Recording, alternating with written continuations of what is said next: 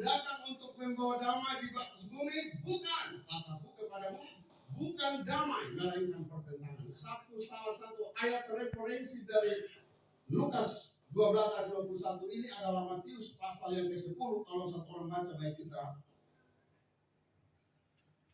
Injil Matius pasal 10 ayat yang ke-34 dan 35. Tolong dibacakan dengan suara yang keras.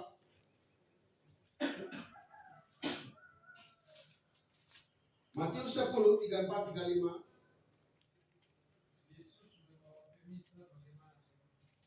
Ya. Jangan kamu menyangka bahwa aku datang untuk membawa damai. Ya.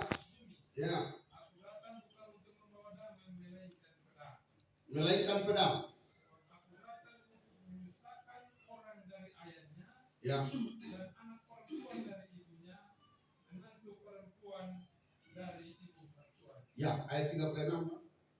Dan musuh orang ialah orang seisi rumah. Dan musuh orang adalah orang seisi rumah.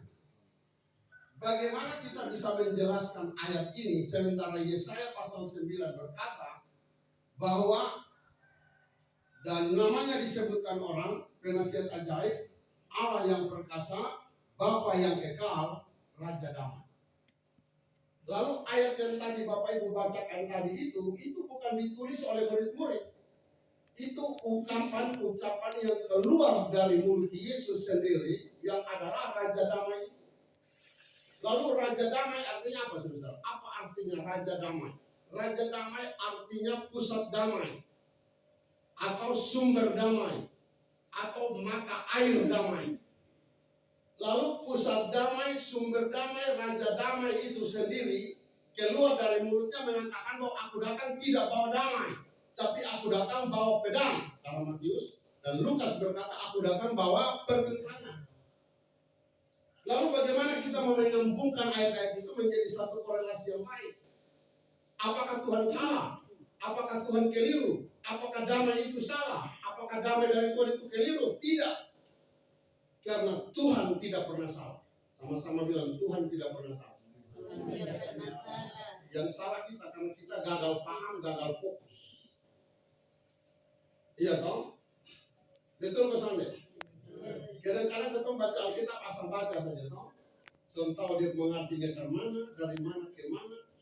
Tidak pernah bertanya juga, lebih banyak main game, lebih banyak main Twitter, main Facebook, main YouTube, lebih banyak nonton film, lebih banyak nonton khotbah daripada beribadah.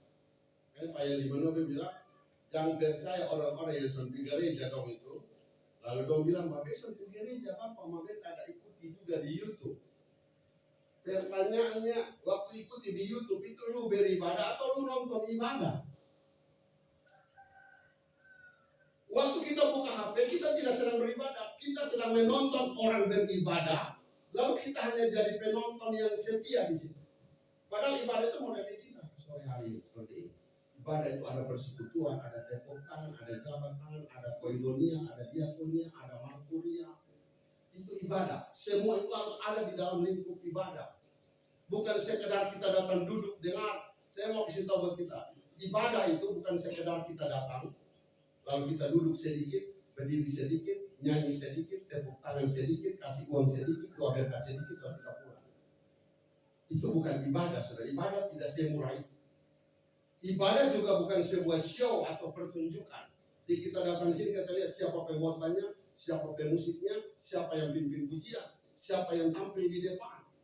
Ibadah itu bukan pertunjukan. Ibadah itu adalah perayaan. Sama-sama bilang perayaan. Perayaan dalam bahasa Inggris apa? Selebrasi, celebrate. Pertunjukan itu show. Nah kita tidak show di sini. Kita tidak pamer, tidak pajang sesuatu. Kita sedang merayakan kebaikan Tuhan. Bedanya Kristen dan agama-agama lain adalah kalau agama lain beribadah, yang ditunjukkan adalah pola agamanya. Makanya itu pertunjukan. Kekristenan menawarkan ibadah itu adalah perayaan. Perayaan itu karena apa? Karena yang hadir dalam ibadah itu namanya yang maha kudus dan maha benar. Dan yang punya ibadah, yang punya nafas hidup ini. Amin. Tapi kadang orang datang ke dia biasa-biasa saja. Waktu Paus Fransiskus datang ke Jakarta, datang ke Papua New Guinea, datang ke Timor Leste, datang ke Singapura, disambut oleh ribuan bahkan ratusan ribu massa. Karena orang merasa bahwa dia segala-galanya, padahal dia cuma manusia biasa. Sementara Tuhan yang punya nafas hidup ini, orang datang kepada Tuhan itu hitung dengan jari seperti kita pada sore hari. Orang datang beribadah asal-asal beribadah, mau datang tidak. Padahal Tuhan yang punya hidup itu yang harusnya lebih dulu dihormati dan dipujikan. Amin, saudara. Jadi kita harus jujur. Banyak hal yang harus kita rubah dalam hidup. Mentang-mentang Tuhan tidak dilihat oleh mata, kita seenaknya saja berbuat. Menghargai dia juga asal-asal saja. Yang penting kita bisa beribadah, habis ibadah kita pulang, minggu depan pengumuman siapa yang pimpin lagi, nah dia siap sudah untuk pimpin lagi. Kita tidak beribadah seperti itu, saudara. Karena ibadah itu perayaan, maka orang mau angkat tangan, dia mau rentangkan tangan, dia mau tunduk, dia mau menyembah, urusan dia. Ekspresi ibadah itu begitu. Tidak boleh dibatasi dengan liturgi yang membuat orang menjadi kaku dalam beribadah. Ibadah yang dibatasi dengan aturan main, jadinya pertunjukan agama, bukan ibadah. Itu harus saya jelaskan di awal. Kembali ke ayat tadi. Bagaimana Yesus mengatakan bahwa dia Raja Damai? Nabi-nabi bernubuat bahwa dia adalah Raja Damai, sementara dia datang sebagai pembawa damai. Dia sendiri berkata, aku tidak bawa damai, tapi bawa pertentangan. Saudara yang kekasih dalam Tuhan, damai memang tidak bisa ditemukan di manapun. Damai ada lagu berkata, ke gunung tinggi ku naik-naik, ke lembah jurang